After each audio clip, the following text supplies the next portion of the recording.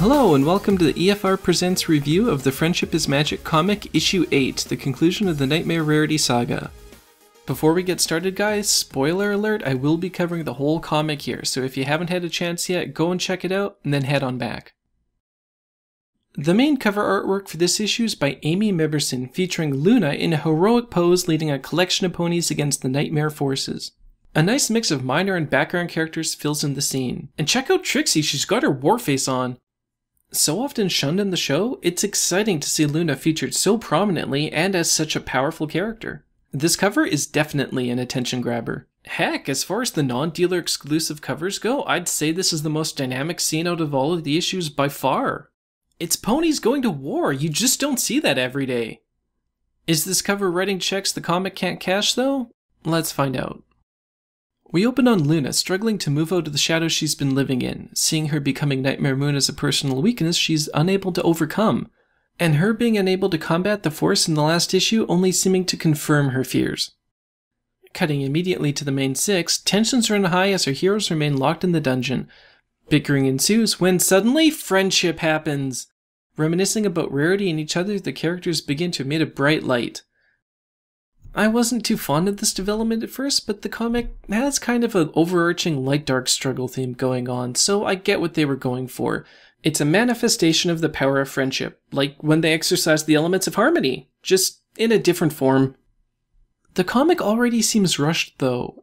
In the last issue, spirits among the main six are low, but they're not angry at each other. Here, we just suddenly see the main six arguing, only to recover on the very next page. If the last comic had left off with the main six mad at each other, blaming each other for the situation, it would have been a great cliffhanger. Seeing the group broken could instill a real sense of hopelessness in the reader, and then in this comic we could devote a bit more time to repairing things, overall making the scene feel a bit less forced. Outside the castle is Nightmare Rarity, and while I'd like to point out the impracticality of her armor, it certainly is Rarity-esque. Even her dialogue sounds more like something Rarity would say. And while it's great to see more aspects of her character show through, it just raises more questions. Why does she seem to be portraying more of Rarity's character now? If this part of her was going to vanish, wouldn't we have seen more of her character before? Because we didn't. In fact, we saw less of it. Even during the confrontation with Spike, a rather intimate scene, she didn't flinch once at any mention of her friends or at Spike's emotions towards her. Is this actually part of Rarity coming through? If not, it seems out of character for the nightmare possessing her.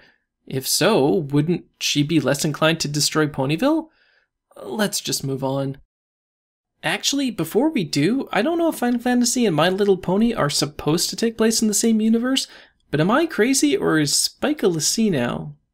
Spike manages to escape back into the castle and rejoins his friends. They break out of their cells using the key Pinky had in her hair the whole time. You know, I know Pinky seems crazy at times, but sitting idly by as her friends rot in a dungeon and her possessed friend destroys their home while Pinky sits there with the literal keys to the kingdom? That's cold, Pinky. We've returned to Ponyville on the cusp of battle with Luna clearly troubled but reticent. Our establishing shot here is fantastic, showing us the literal calm before the storm and uses the fading light of day to juxtapose the opposing forces, once again bringing up the light versus dark dynamic of the issue to good effect. Our cover delivers and we're treated to the denizens of Ponyville throwing down. It's a treat to see these characters kick some butt. Even Granny Smith gets in on the action and she was supposed to be asleep 5 hours ago. Though, who brings foals to a war? Come on, Mr. and Mrs. Cake, that's just bad parenting. My big complaint with this scene, other than the length, which clocks in at maybe 3 pages, is there's a complete lack of any tension. It might be a bit much to have a lot of violence directed to Ponyville's citizens, but there's no challenge here. There's no danger. How did Nightmare Rarity expect to conquer anything with this lot? Granted, they've got few panels to devote to this scene, but we've been building up how they need Luna for this fight, and clearly she's apprehensive about her ability right now. Showing that they're losing the fight would emphasize the need for Luna while simultaneously reinforcing Luna's perceived shortcomings, making what comes next even more impactful. Luna faces off against Nightmare Rarity, but in a moment of hesitation, Nightmare Rarity gains the upper hand, and Luna goes down. Do you ever find it hard to believe that these two ruled Equestria for so long? Me too.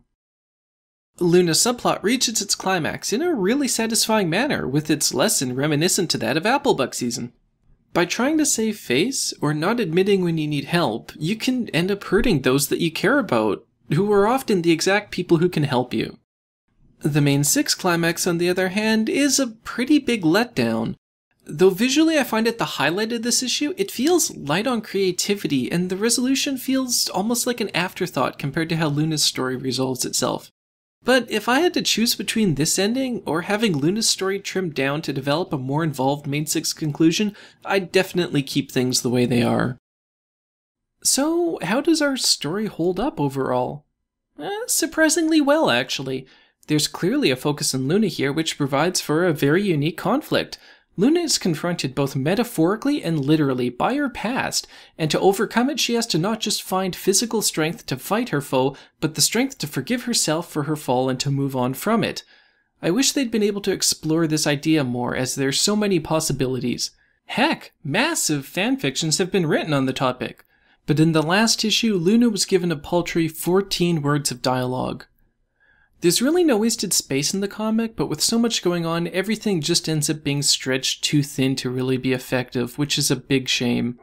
But that aside, it's a solid story with the characters being well handled and true to form, and many of the scenes, especially Luna's, have a lot of emotion behind them. Incorporating one of the main 6 and the Nightmare Moon character into what's effectively a new villain is a premise that could have easily fallen flat, but they just managed to pull it off, delivering what amounts to a very enjoyable read. With Nightmare Rarity dealt with, we have something completely different being thrown at us with issue 9 as we start a 2-part Big Mac storyline. How will that hold up? I don't know, but I sense comedy. See you next time.